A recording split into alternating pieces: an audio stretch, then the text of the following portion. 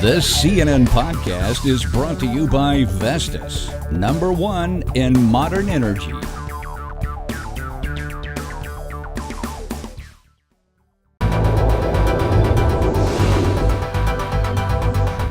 Good morning from the CNN Center here in Atlanta. I'm Melissa Long with some of the headlines that are now in the news and some heartbreaking news out of Myanmar this morning. The death toll in that powerful cyclone that made landfall over the weekend has jumped dramatically. Local media reporting now that the death toll is at nearly 4,000 people. Thousands more are homeless. Dozens of roads are blocked by debris and electricity is cut off. The United Nations is sending teams there today.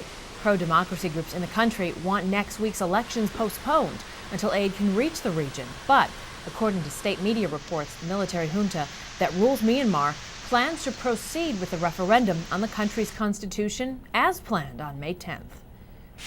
A vote will be taken today on the deal for victims of the Minnesota bridge collapse. The $38 million plan is expected to pass quickly in the Minnesota State House. It allows victims to get up to $400,000 each.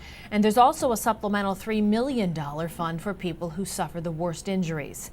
The collapse on August 1st killed 13 people and injured 145 others.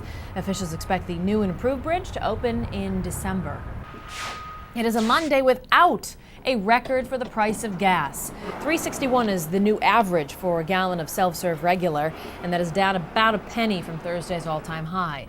Last month, gas was $3.32. Last year, the price was $3.03. Meteorologists will fly over parts of Arkansas today to assess the damage from last week's deadly tornadoes. The National Weather Service says at least 8 tornadoes touched down on Friday.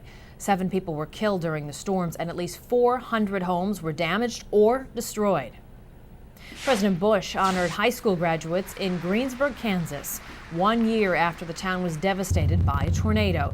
It was the president's very first high school commencement speech. He praised graduates and their families as models of American compassion and resiliency.